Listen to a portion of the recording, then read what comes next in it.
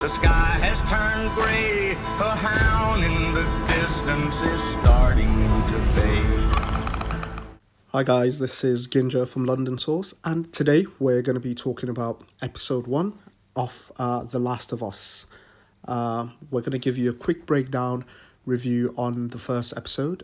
If you like the content, please like and subscribe. It'll really help us with the channel and bring out more content to you as well. So we're going to go straight into the first episode. We start with episode 1 called When You're Lost in the Darkness. The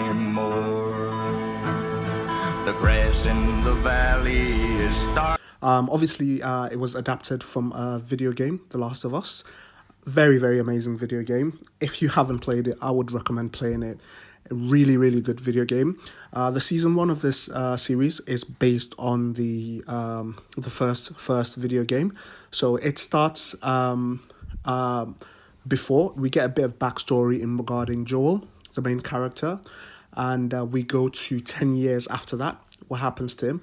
10 years after that is actually when the picks up from when the video game starts too as well. But we get a good backstory regarding our main characters, which is Joel, Sarah, his daughter, and his brother Tommy too as well. As I said, very, very nice video game. I would recommend playing it.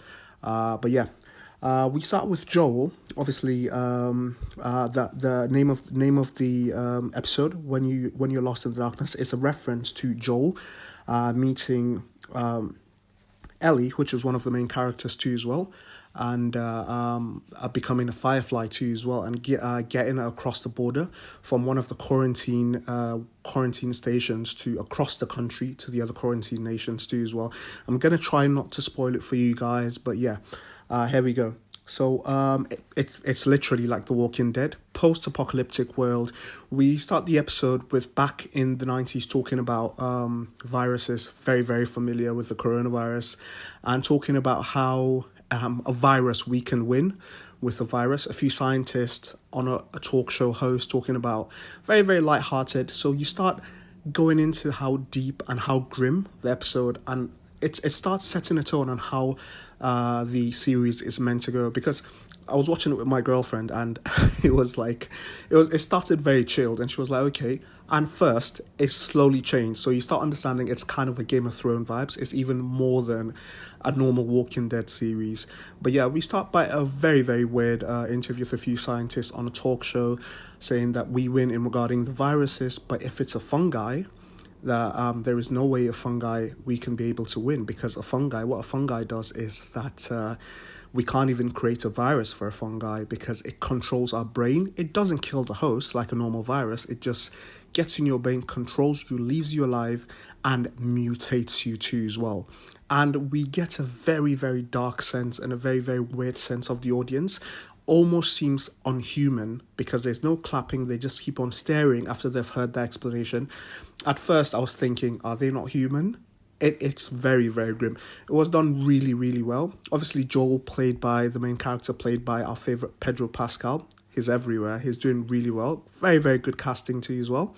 And Ellie's played by Bella Ramsey, the actress who was in Game of Thrones, who was the head of House Mormont, Jorah Mormont's niece. Very, very good casting. And his brother Tommy is played by Gabriel Luna too as well. But yeah, we see Joel before the game starts, time-lapse in regarding his backstory. Military guy, retired, working with his brother in construction, single dad, raising his daughter. Everything seems normal. Then we start hearing in the news, you can tell something's going to happen.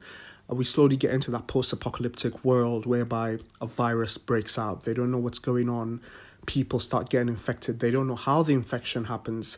Apparently, there's 2 ways you can get infected. It's either you're bitten by one of the infected, or you can be able to inhale it from one of the infected when they've reached a certain stage of infection too as well. I'll get back in a minute. I'll get to that in a moment. But yeah, there's so many stages of infection, so it's not like your normal Walking Dead. When you get bitten, you become a zombie. This is way more interesting because rather than the zombies do nothing and they're very, very easy to kill, they are actually stages. So we have from 5 stages of infected. The first one are the normal walkers, the normal, like your normal zombies from The Walking Dead. The second one are the runners. And the third stage are the clickers. The clickers actually use echolocation. So the fungi is actually slowly transforming their bodies into something else, mutating them into some certain beings. Their physical appearance looks a bit different too as well. We'll go to the fourth stage is the bloaters. Apparently, they bloat up. Their skin gets harder. They blurt out spores too as well, which can infect people from the air too as well. And the fifth and the final stage is the shamblers. They look way different. They look like a completely mutated being, like an alien, literally. So hopefully we're going to get to see, at least in the first season, like the four stages of all of them. They look way different, and you can see when they get to a certain level of infection, they go to somewhere and they kind of hibernate in the wall to be able to go through that change. They show a bit of that in the episode too as well.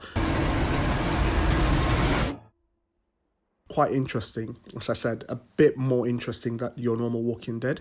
It gets worse too as well. It's just starting. If you think the first episode is something, it gets worse throughout the season too as well. But yeah, we see Joel and his family, normal day, normal life, and it was his birthday. His daughter gets him a watch, comes back, news on the TV, outbreak, you can hear helicopters, shooting, chaos starts. She's sleeping, wakes up. There's an old lady in the neighbor. She goes there. Apparently, the old lady gets infected somehow. Immediately, we see what happens when you're infected. She starts biting and eating people, just like your normal zombie, and it kicks off. Joel comes back, sees his daughter. The lady attacks him.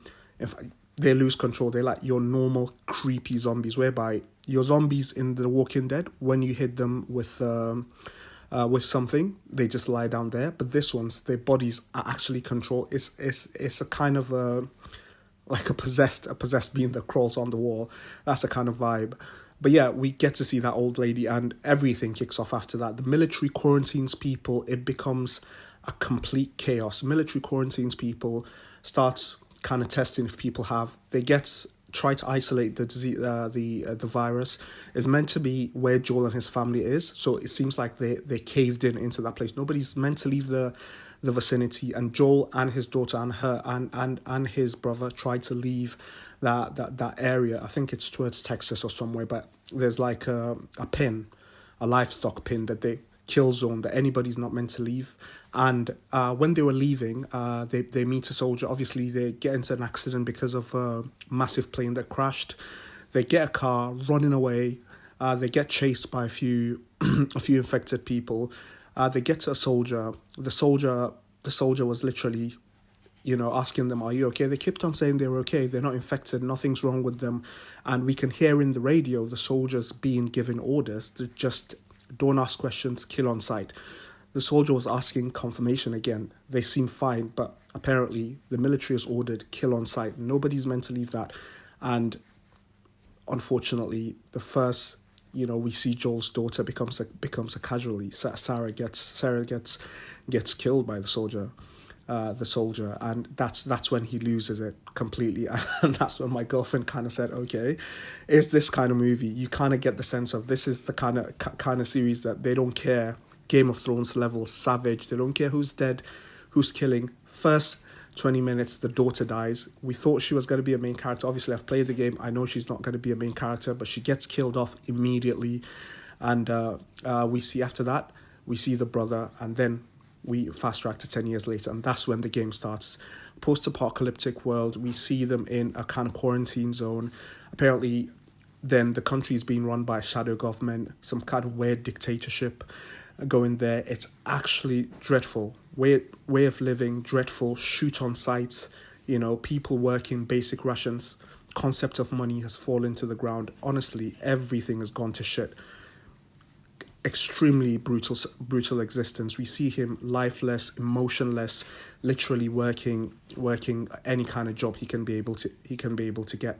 We see a kid that comes from behind the walls, and they're literally taking this kid, thinking, and they're actually telling him, we're going to take care of you. Apparently, they scanned him, it turned red, he's infected, and they lie to him saying, "You're going to be fine. We're going to give you toys. We're going to give you medicine." They injected him with something.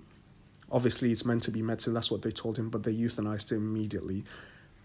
The next scene, we see burning a kid's dead body. So it's literally savage to the point. So we see, we finally see Sarah with the group of fireflies. Obviously, Sarah is meant to be very, very, not Sarah, sorry, Ellie's meant to be very, very important to the fireflies.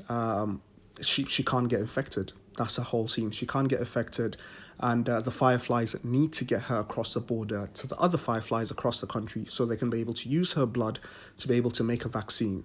And they have to be able to smuggle her out of the quarantine zone without getting shot. Well, obviously, Joel doesn't know that. He just stumbles across to her and stumbles across the firefly. I think the fireflies have been trying to recruit him, but he's not having it.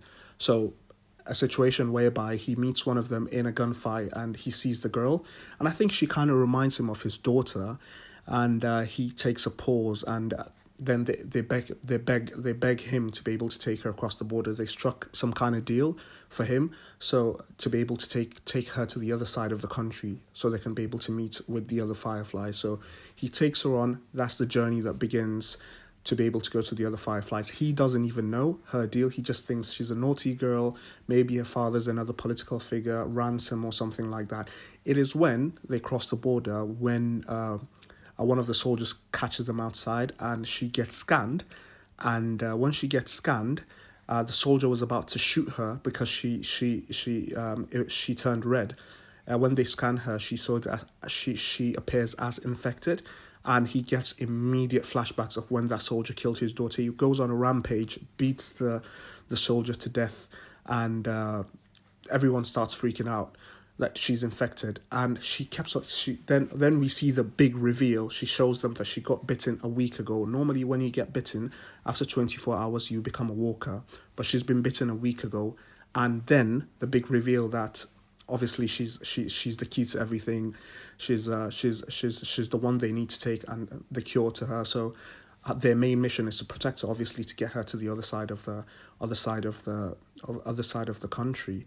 But before that journey, I think that's when the season one kind of progresses, because it's not going to be an easy crossing, because we get to see most of the dangers out there regarding the types of infected trying to get her to as well, and also the military too as well.